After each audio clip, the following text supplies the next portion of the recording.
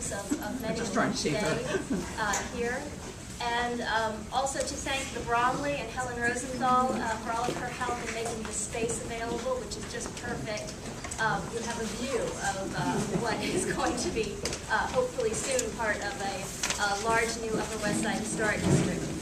I also want to introduce this morning's co-sponsors, organizations of people who are your neighbors, people who form a network of support, who are a resource of information and guidance through the landmarks process and beyond. We are here for you this morning to answer your questions and every day here on out. So first I'm just going to go through them alphabetically. The Coalition for a Livable West Side, which is a grassroots, all-volunteer, community-based organization committed to a healthy environment.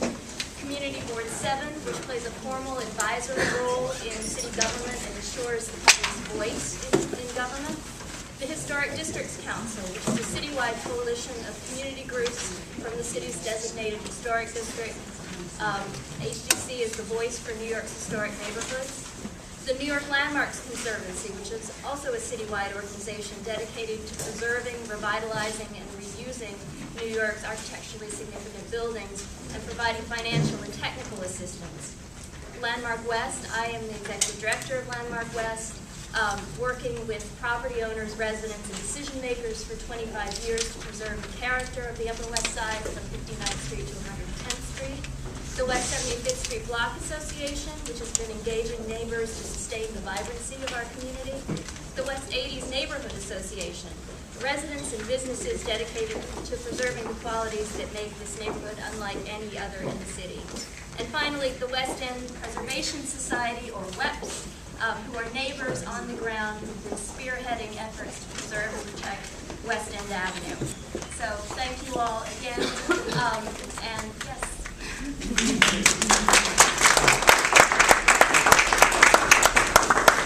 And now what I'd like to do is introduce Professor Mosette Broderick, who will talk for about 10 minutes about what makes this neighborhood so special and why it meets the LPC's criteria for historic district designation. Mosette is a professor of art history at New York University. She's the founder of NYU's master's program in historical and sustainable architecture in London. She's one of New York's leading architectural historians, and most importantly, an Upper West Sider and resident of West End Avenue. So thank you. I'm delighted to see you all here. This is a wonderful opportunity I never thought we would have to designate this long street. I can't imagine such a thing happening. I remember when the Upper West Side designation took place, the first phase of it some 25 years ago now, I guess. It was brought up at the time, wouldn't it be nice to see West End Avenue, which has an even cornice line and a series of matched buildings and is really a primer in residential America between 1885 and 1920s, and everybody just laughed. So how wonderful it is that we are here.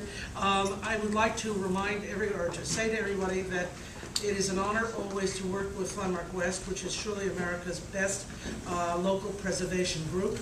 There is no question that we wouldn't have the city we have now if it were not for the dedication of all the people who work here. So why are we here? Just after the Civil War, New York City was beginning to grow very, very quickly. And as it grew, and the numbers of people looking for houses doubled, it seemed, virtually every decade, went way up, year after year after year, there was a property bubble.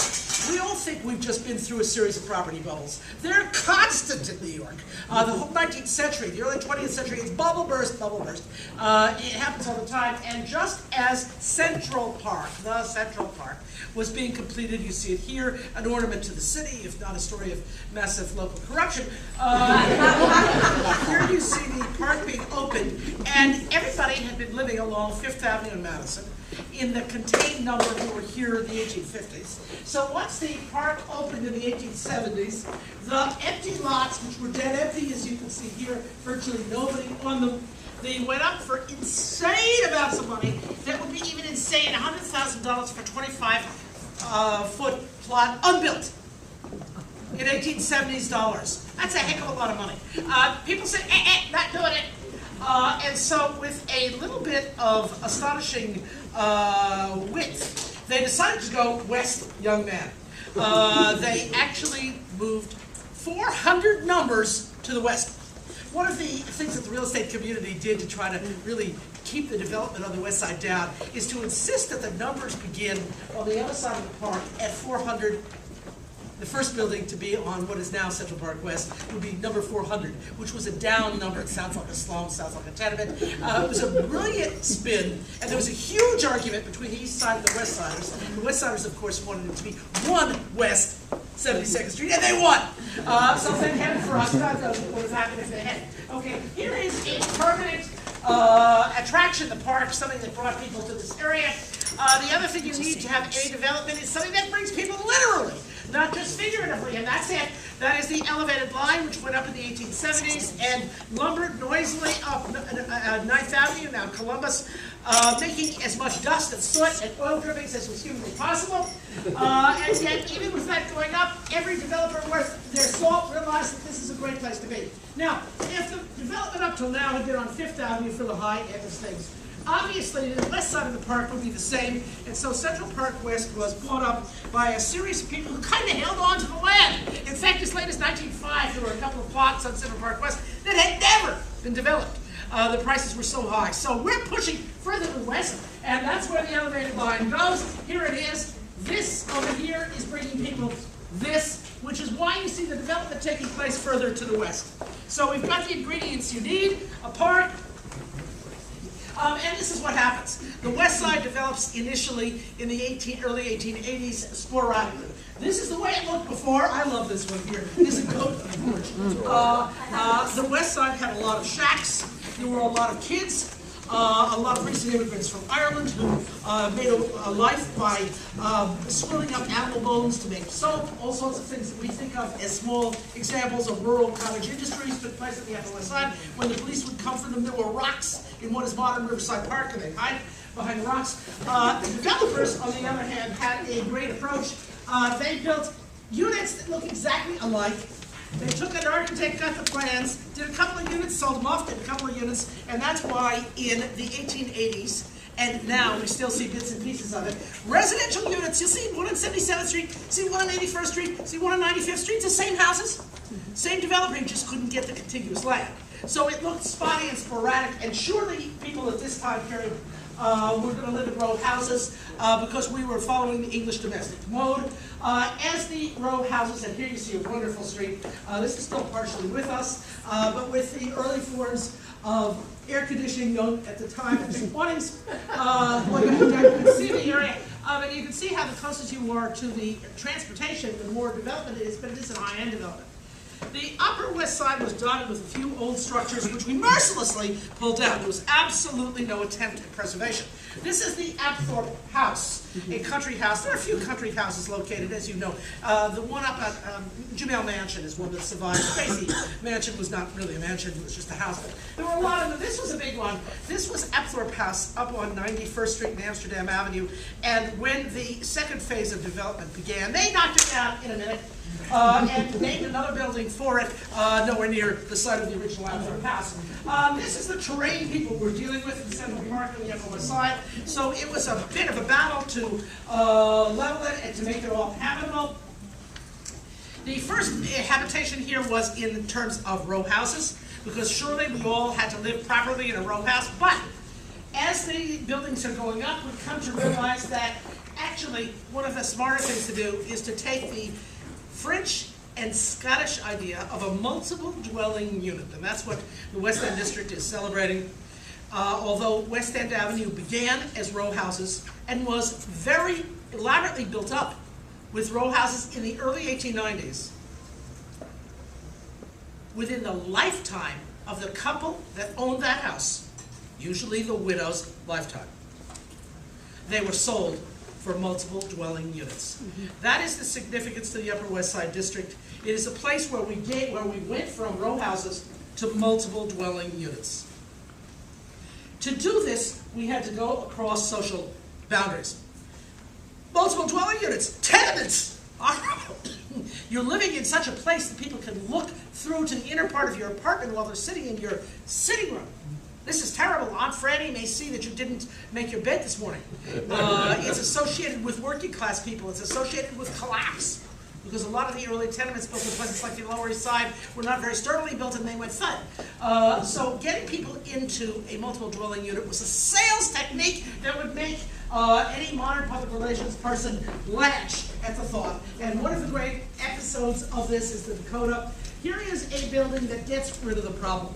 It is a big apartment house built in the early 1880s. In the early 1880s, it had the largest bill put in at the buildings department ever. It projected that the building would cost more than $1 million. Nothing had. It would be outclassed by St. John the Divine soon, but it was the most expensive building on record. And what you have is a series of apartments with corridors in the middle. See, we solved Aunt Franny. If you have corridors in the middle of the apartment, you can sit in a room here and not see through to another room. So it was ingeniously designed to give you every single thing you had in a row house, including basement storage, attic for or upper floor at the top of the building for service people. You had everything you would have in a row house, but it's on one level. Not a bad idea. And because it went high, it meant you amortized that expensive Central Park land we were talking about, which was prohibitively expensive because you made it bigger and you had multiple units in the building. So this was a viable economic response to what we needed to do to make the Upper West Side work. And in the apartments, which were served by an elevator, you had everything on one level. And this was wonderful because when you go down to Battery and get the new immigrants who are coming off the boats, coming out of now Ellis Island perhaps, and you'd say to them, hi, I have a row house on the Upper West Side, I have a row house on Madison Avenue, and then somebody would come down and say, I live on a single floor apartment. Guess who got the new service person? So it has all sorts of All right, and here's the Dakota. It also has a view of the park. That was very nice. The Park of the River were the optimum views. It also has, as you know, in the middle, a very expensive waste of land, which also helped sell the idea of the multiple dwelling unit. Very few people, although here in the Upper West Side we had some people who copied it. The Apthorpe and the Belnord, as you all know, used that approach because even though the Dakota was built, no sooner did it get almost completed than New York City passed one of its stupidest building department laws of all time. A law which actually forbids apartment houses more than 60 to 80 feet, the so-called Daley Law. And that meant that the rest of the West Side got built as row houses. Would it have happened? Perhaps not. But they built up the row houses because they couldn't build a tall apartment building that made enough money to offset the price of the land. And so for 20 years, no apartment buildings took place in New York City until the Ansonia down the street here got a really great idea. Let's call it an apartment hotel and get around it. And a few years later, they actually got rid of the Daley Law and we got apartments. And then the widows sold the houses. And overnight, apartment houses on the boulevards, the row houses stayed on the side streets, and the West Side we know was formed. Just the fine details. In order to sell the idea of the multiple dwelling unit, the Dakota, the Clark family, and the other early builders made these apartment buildings have everything you had in a row house, plus wonderful features. Here's the staircase, the elevator with its wonderful turned wood. For those of you who didn't want to take the elevator, which is new and kind of tricky, you could take the stairs, which are big and substantial looking. And up here you've got room for Rosemary, is now a middle-aged person. Whatever happened to that baby? And wonderful features, 14-foot ceilings, tall, fine features such as fireplace surrounds. Many of these buildings, as you all know, were built with the things people liked, which were fireplaces, sometimes coal-fired. You don't need them anymore because you got central heating. Gasoliers. A lot of the apartments had, all the way through World War I, they had gasoliers in the romantic rooms, in the bedrooms and the like. You can get gaslight for those of you who liked it. You can still see it in some of the older buildings, although they cut the gas out a long time ago. So they gave you all the features you could want to lure you to the West Side, and it actually worked. Now, part of the reason people were lured to the West Side is the East Side had a major obstacle in the middle of it called the tracks going to Grand Central. So you couldn't go too farther east. You had to stop at Madison Avenue. And the West Side didn't have such an encumbrance, so the West Side took off and did extremely well through World War I. Okay. When the Daley Law was rescinded and it came back, it came back with a more subtle form of allowing all apartments to have at least one window on a courtyard, if not on the street. This is the Langham, I call it Son of the Dakota. It's just across the street from the Dakota. You can see how dumbed down, oh, it's fabulous, but it is dumbed down from the Dakota. The floors are nowhere near as tall. The features are not as lavish. It doesn't have the courtyard, the hole in the middle, but it's still an extraordinary building, a wonderful building. And the Langham and the Apthorpe over here and the Belmore, a slightly lesser version, are the three big buildings built to make the Daley Law finished and make the concept of the apartment on the Upper West Side viable. Who would go into an apartment? Widows, young married couples, elderly couples. So it came to have a niche. And the problem came really about World War I, when we decided, are we going to go keep the row houses, or are we going to have apartment houses? And when they had a cold winter, or a problem, a cold winter, or I think we're just about done it. A cold winter or a bad day, the great advantage to the apartment house is the super. Instead of going down and arguing to get some coal, the super did it. And so by the 1920s, we see a humongous, New York City in the middle of the 1920s must have looked like, you know when they do those domino sets and you see them on television where the kids have worked for months getting all the dominoes in place and then they push the first one and the whole thing goes. The Upper West Side, and in fact New York, must have looked like that in the middle of the 1920s, as all those row houses, all the smaller buildings went thud, thud, thud, thud, thud, thud, thud, and the West End Avenue we know was created. Churches, just to remind you, oddly enough, because the park and the river were the high end of things, the park itself had real estate speculation on the land, as you all know. The river did too, but the river side actually had 32 private houses, freestanding houses. From the earliest house in the 1850s on the cliff before the park was there, to these houses by Lamb and Rich, I really love them. There were a number of freestanding mansions. The most famous, of course, was the Schwab. I think I got that next. There we go. This was the most famous of the lot. In an 84-room French chateau, lived in for about 5 years, with a big lawn called the rest of the block. And this is the high-end price on Riverside Drive, where you had a river view. They didn't have to worry about Englewood then, so it didn't matter. These buildings stayed actually short. By 1908, they're beginning to tear down the row houses in the area and build apartment houses. And the Schwab House went down, as you all know, for a current building that calls itself the Schwab House on the site right after the war. The West End Avenue started with these wonderful houses, still among the great, the Lamb and Rich. A lot of the development of the Upper West Side is peculiar. These are the I wish we knew more about it, but the records never survived. These are architect, builders, and speculators who did it all. The financing, the building, the arrangements. This is a great set. This was Faber and Faber, Mr. Pencil, had this particular house with wonderful woodwork on the corner. It's still with us. They're a splendid block, although they've lost their stoops and have some roof issues. The marvelous houses between what is it, 76th and 77th Street on the west side of West End are among New York City's greatest treasures. They're really wonderful. It's meant to be an encapsulation of Fifth Avenue. Everybody would have a varietous house, not the same row house as everybody else, except if you put a mirror in the middle, you kind of have, put a mirror down here, it kind of reflects. But the idea was to have the variety of Fifth Avenue in a slightly cheaper, although these things weren't cheap, they were $100,000 a pop in those days. The sanctification came when the underground came here, and not to the east side, when the subway came uptown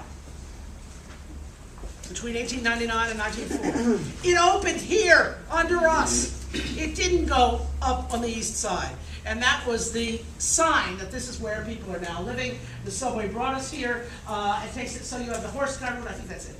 So you have the horse car route on Amsterdam and then the subway here. Thank you all very much.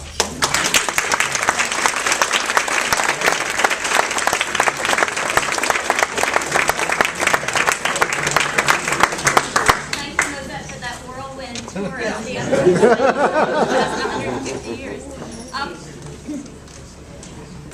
Yeah, there are more chairs if people would like to have a seat. There are more chairs over here. So, now what I'd like to do is invite a couple of of neighbors to stand up and anticipate some of your questions just by talking a little bit about some of their experiences, having already lived in parts of the neighborhood that have been landmark designated. But before I do that, I just want to introduce Richard Emery, who is with the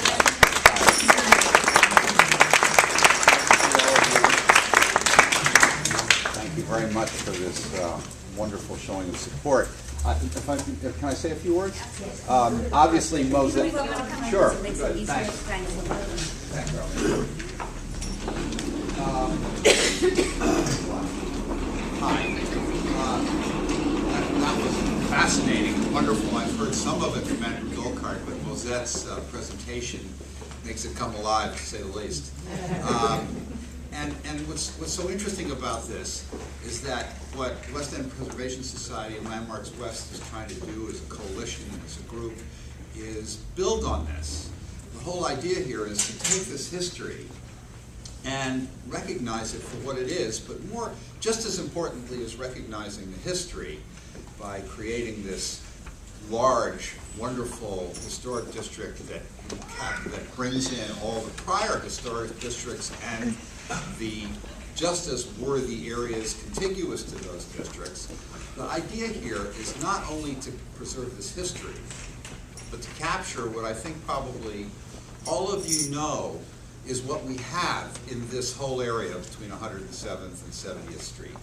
And that is this priceless sense of culture and community that is centered on West End, goes to Riverside and Broadway, where families are, where people walk, where people feel so much at home and in such a special environment in New York City. Unlike, I think, I've grown up in New York City, I've been in New York City all my life, I think unlike any other place in New York City. Obviously there are other places and wonderful communities in New York City, but the West End, Riverside area has a special feel to it, especially now, which is not only worthy of preservation, but is unique in the city. And that's what we're trying to capture, we're trying to preserve, and we're trying to protect from what will inevitably be an erosion of that, whether it's a historic district or not, but much less so if it's a historic district. We can count, I think, on many, many more years of a wonderful environment where this kind of special feeling when you walk in it, when you live in it, when you're daily in it with your children, with your parents, with your families, and the access to the parks, both of them, but especially Riverside, this special sense of quiet and privacy and composure, my words. I mean, other people have different views. Everybody has their own special sense of what this area is like. But my sense of the peace that comes with living here and being here on a daily basis is what the West End Preservation Society and I think Landmarks West is trying to capture in this historic district. Of course it's about what Mosette talked about. Of course it's about the culture and history of New York City and preserving it. But it's also preserving what we have today, which is so special. And in that regard, I just would hope that all of you, as many of you as possibly can come. I know it's a weekday, I know it's in the middle of the day on March 22nd, when the Landmarks Preservation Commission is going to hold its hearing down at the Municipal Building. I hope that as many of you as can will come there and support this effort, because this is a political animal. Everything about West End Preservation Society, Landmarks West, the efforts that we undertake is political, ultimately. And we have the wonderful confluence of all political elected officials, supporting this. We have a terrific sense of support. But there's nothing like the support of our community at the actual first hearing on the first designation to really bring this home. We've gone through a long process, a lot shorter than many, but a long process nonetheless. And to get this locked in and brought home without too many incursions, there are going to be a lot of little efforts by various developers and other people and other interested groups who want to take pieces out and manipulate the process. We want to try and do the best we can to capture the whole proposed district that Landmarks is so, I think, sagely described, from 107th all the way to 70th. Pretty much, there are a few exceptions here and there, but pretty much from Broadway to Riverside. So in that regard, we need the support. We need people that are in this room and anyone else you can bring to come on the 22nd, which will be the first of 4 hearings. What time? It looks like it's going to be 12:30 that it's going to start, but it may go into the afternoon. It's not the timing. There's a calendar, and the Landmarks Preservation Commission has to go into that calendar. But it appears at this point that it'll be 12:30. If you're on a list, if you're on an email list, we will send an email blast both from Landmarks West and from West End Preservation Society to everyone who's on that email list as to the exact location and time so that people can be there. But with that, I want to thank you very much for coming and thank you very much for listening.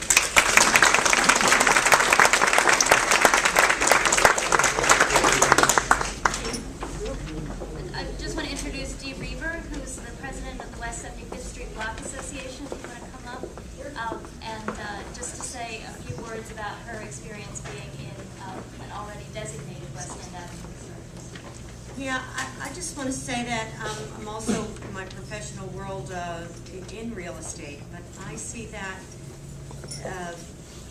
any effort where there's a large group of concerned individuals working together to make a community better, to make it more livable, it's a tremendous effort, and I have to commend West End Avenue for what they've done in putting this whole effort together. It's not an easy thing to build a coalition of concerned citizens, but that is what makes the Upper West Side such a special place and so desirable to live in. And it speaks volumes to the livability of where we are. So I thank everyone for being here as well, and I know that this is going to be a really amazing effort. So thank you very much. Thanks for coming out.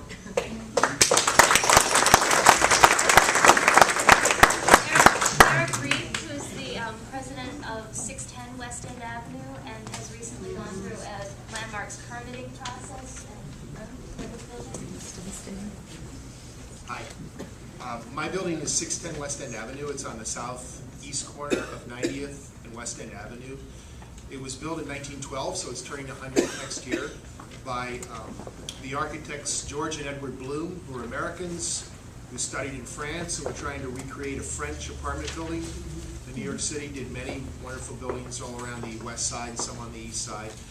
And our building had an unusual level of detail. A front entry courtyard, a wrought iron fence that goes around the perimeter of the building, terracotta details at many places along the wall. Really an unusual level of detail. Our building is in a block that was designated in 1990 as landmark, and by the mid-1990s, when I moved to the building and the demographics of our building were changing, the building had really fallen into disrepair, and a lot of the details had been lost.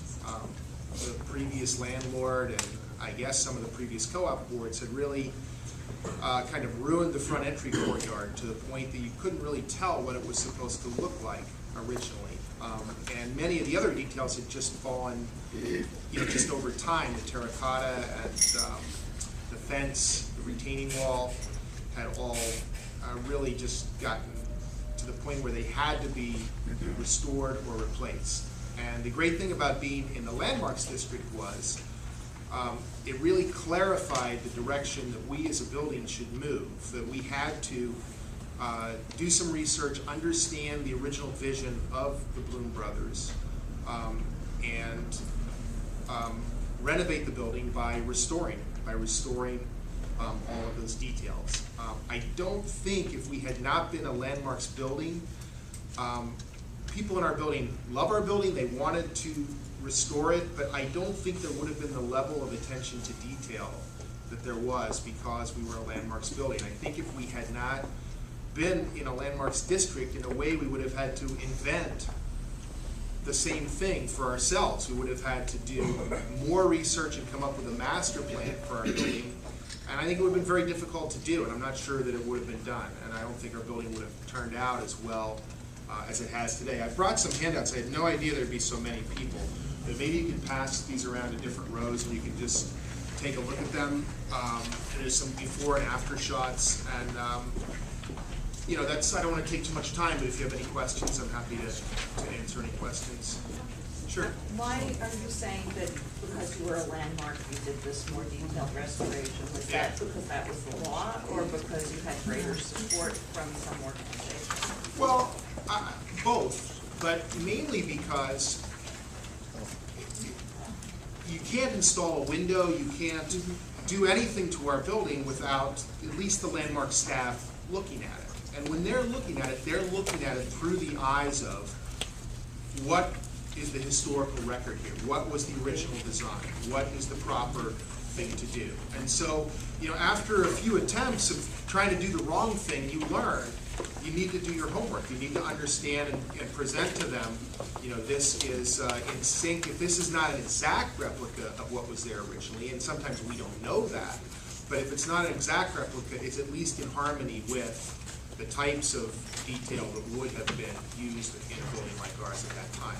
So, you know, doing that over and over again, you get used to it after a while. Our architect, you know, Francoise Bullock, who's a preservation architect and a professor at Columbia, it just becomes a virtuous circle, you know, where we're understanding that our planning has to take into account the original vision of the architects and the detail that was there before. And then the support of the organizations is very important. I mean, Landmarks West, very helpful to us when we've done major projects. So, sure. Yeah. Yes? One of the major resistances that we encounter when we try to do landmarking is the assumption that any kind of alteration is going to be so expensive and so many hurdles. Can you talk a little bit about, first, whether any of your co-op members had that attitude, and secondly, what the ultimate value now is of the building as a result? Yeah, well, we've spent $5 million over the last 10 years on our building, but most of those costs have nothing to do with landmarks. I mean, it's a very old building. It has 55 apartments, but each apartment is very large. And as I said, really nothing had been done to update any of the systems of the building. And there were structural issues, huge leaks, roof problems. So, you know, of that $5 million, to break it down, the aesthetic component, you know, would be the minority of it. So, you know, there were people that were concerned about the cost of things in our building, but the cost, you know, most of the cost would have been there. And I mean, certainly the steps in the process can take more time, but as I tried to say before, it becomes a virtuous circle where, you know, the first couple of times we tried to get windows approved, it was a struggle, you know, and shareholders are saying, why do we have to go through this? Why do we have to wait 12 weeks before we know if we can proceed with our renovation to get our windows approved? But, you know, you just have to get used to that and you build it in, and over time you really see the benefits. I mean, I think if that process, that window process, if that wasn't there, I think if you looked at our building today, there would be 6 different types of windows. Because there were before. I mean, from the 1970s and 1980s, there were 3 or 4 different types of windows, and that's just not, you know, and the windows would have cost virtually the same as the historically correct ones. So I don't think they would have, you know, there's no way to say they would have cost more or less.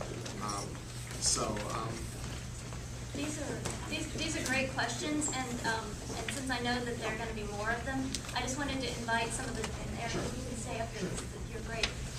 Some of our co-sponsors, we've got Simeon Bankoff from the Historic Districts Council, Alex Herrera from the New York Landmarks Conservancy, Batya Luton from the Coalition for a Livable West Side, Erica Peterson from West End Preservation Society, Mel Wymore from Community Board 7,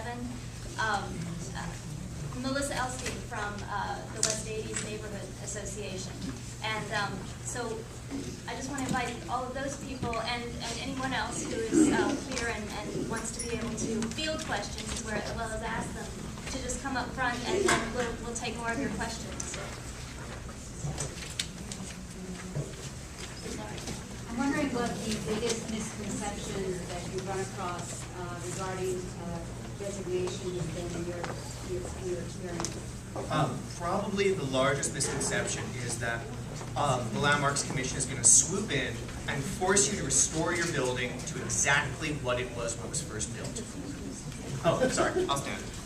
A lot of people will say, they said, well, you know, if I get landmarked, you're going to come in and you're going to make me restore it to a pristine 1912 situation. And we have to say, no, no, no.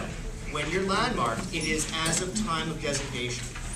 That is the baseline, you know, and that's really important to understand that in many cases, in fact, you even have situations where you have historic alterations that are important to the overall appearance and significance of the building.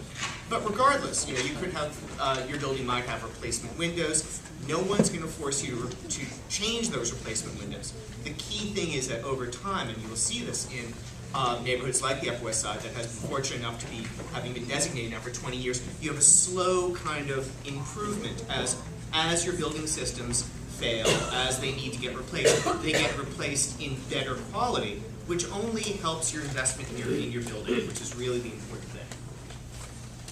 Can you just remind us?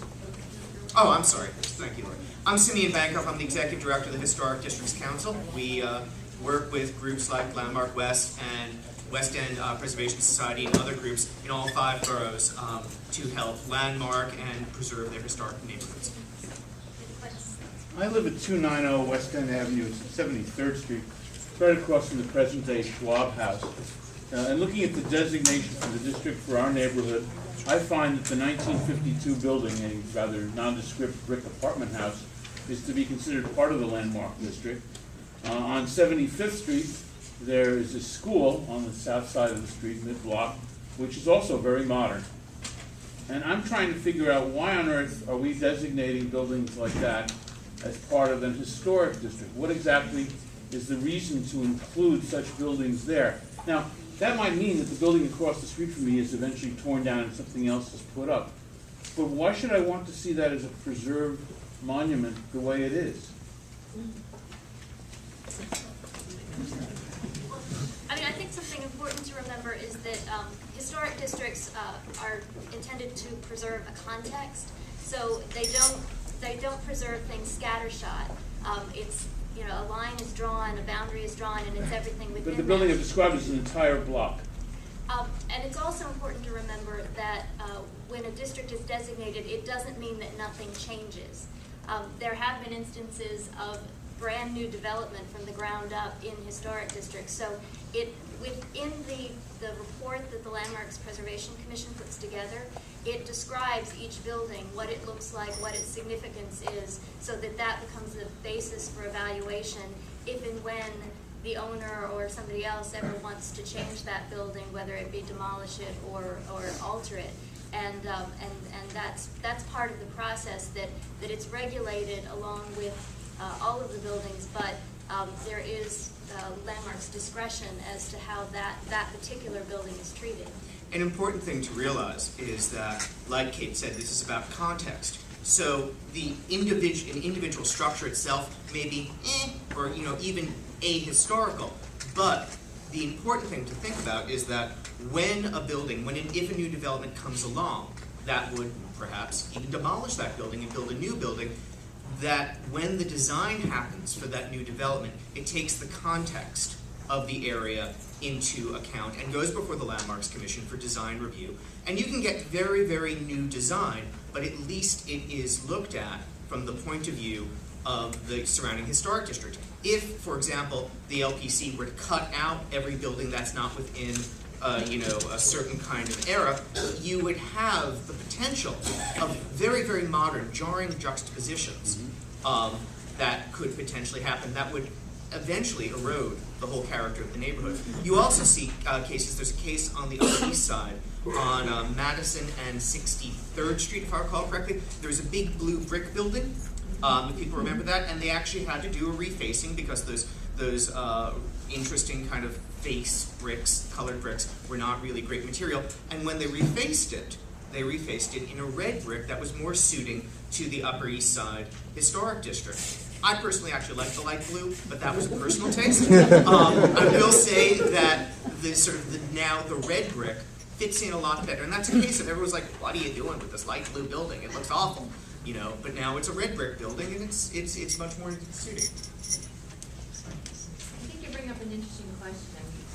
I happen to live at 257 West 86th Street. Across the street, there's a series of brownstones that have just been purchased and then repurchased again. And the thought was that they are being cited for demolition. Every other building surrounding those brownstones is much higher.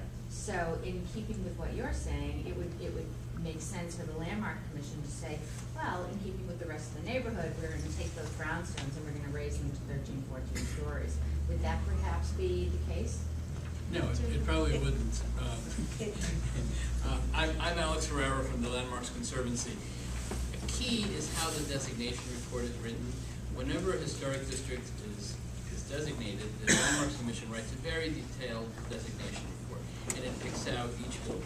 And from the way they write about the building, you can tell whether it's one of the buildings that is significant or a rebuilding or whether it's not. Obviously, a brownstone is a significant building. Could you speak up, please?